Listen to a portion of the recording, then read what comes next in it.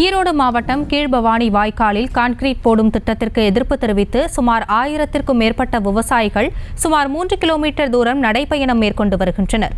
Tiruchengode MLA ஈஸ்வரனும் நடைபயணத்தில் பங்கேற்றுள்ளார். இதுகுறித்த கூடுதல் விவரங்களோடு இணைகிறார் எமது செய்தியாளர் தங்கமணி. தங்கமணி, வணக்கம். நடைபயணம் மேற்கொண்டவர்களின் கோரிக்கை என்னவாக இருக்கிறது? விவரங்கள்.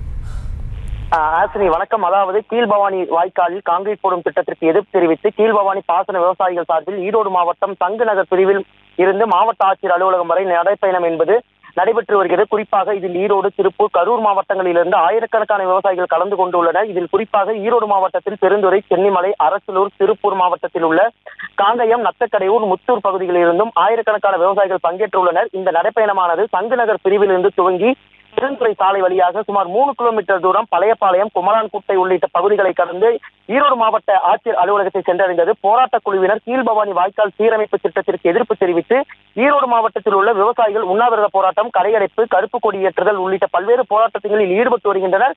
தொடர்ந்து கீழ்பவானி வாய்க்காலில் கான்கிரீட் தளம் அமைத்தால் குடிநீர் மற்றும் நிலத்தடி நீர் பாதிக்கப்படும், அதே சமயத்தில் உறிஞ்சி நீர் என்பது பாதிக்கப்படும் என்று தெரிவித்து தற்பொழுது இந்த பேரணியில் ஈடுபட்டு வருகின்றனர். குறிப்பாக இந்த பேரணியில் திருச்செங்கோடு சட்டமன்ற உறுப்பினரும் கொங்குநாடு மக்கள் தேசிய கட்சி பொதுச் செயலாளருமான ER ஈஸ்வரன் கலந்து கொண்டுள்ளார். விவரங்களுக்கு நன்றி தங்கமணி. செய்திகளை உடனுக்குடனும் துல்லியமாகவும் தெரிந்து கொள்ள சப்ஸ்கிரைப் பண்ணுங்க.